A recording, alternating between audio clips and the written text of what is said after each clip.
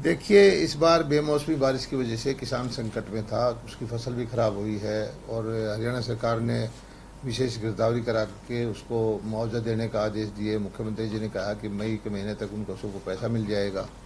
और अब ये मंडियाँ चली हैं तो एक नया संकट आया कि इस बेमौसमी बारिश की वजह से गेहूँ के दाने की चमक कम होगी। आमतौर पर जो हम खरीद करते हैं सारी भारत सरकार के लिए करते हैं, एफसीआई के लिए, तो वो इस दाने को स्वीकार नहीं करते। तो हमने चिट्ठी लिखी कि भाई हम कम कम चमक वाला दाना है, लस्टर लॉस है, उसमें भी आप जो है स्वीकार करें। और भारत सरकार ने बोला है कि 5 रुपये 31 पैसे काट के जो लस्टर लॉस होगा वो हम उसको स्वीकार करेंगे। दूसरा था टूटा हुआ दाना, 6% से ज़्यादा टूटा हुआ दाना था, उसमें भी किसान को संकट हो सकता था कि उसका भी बहरी रिजेक्ट हो जाए, उसकी खरीदार ना हो, औने पौने दाम में उसको बेचना पड़े। भारत सरकार ने उसके लिए भी क्लियर कट गाइडलाइन दे दी कि भाई 2% पर 5 रुपये 31 पैसे की कटौती होगी। और मैं धन्यवाद करता हूं हमारे मुख्यमंत्री जी का, उन्होंने कहा है कि ये कटौती हमें स्वीकार नहीं है। भारत सरकार से दोबारा प्रार्थना की है कि कटौती ना की जाए, और कटौती होती भी है तो उन्होंने कहा है कि ये पैसा जो है हरियाणा सरकार किसान को देगी। इसलिए किसान को किसी तरह से चिंता करने की जरूरत नहीं है। ये सारा फैसला किसान के हित में है कि किसान की मंडी में आई हुई फसल वापस ना जाए, उसको कोई गुमराह करके औने पौने दाम पर ना खरीदे, किसान को पूरा पैसा मिले। ये हमारी कोशिश रही है और यही हमारी कोशिश आगे रहेगी।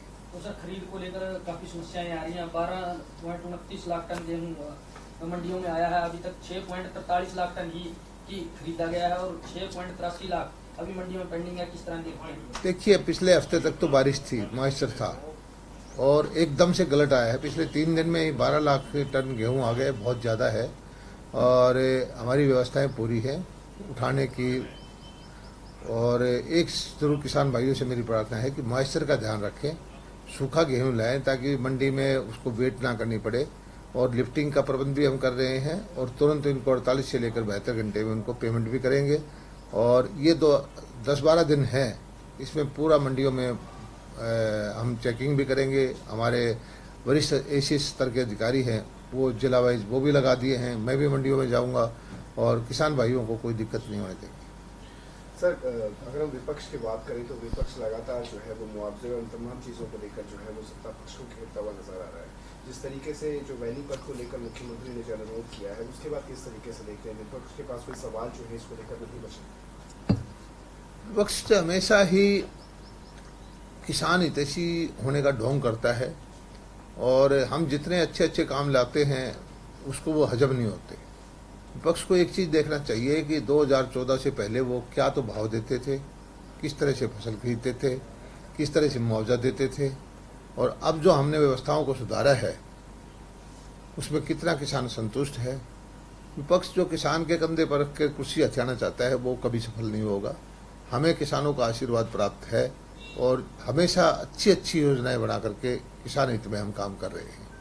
किस तरीके से देखते हैं मिशन 2024 को लेकर जो है वो गठबंधन की कई अटकलें जो है वो लग रही हैं? एक तरफ इनेलो और कांग्रेस के गठबंधन को लेकर जो है वो काफ़ी अटकलें तेज हो गई हैं, आरोप प्रत्यारोप का भी सिलसिला लगातार जारी है। जेजेपी बीजेपी गठबंधन में भी कई आवाज़ें जो है वो सुर पकड़ती हुई नजर आ रही हैं।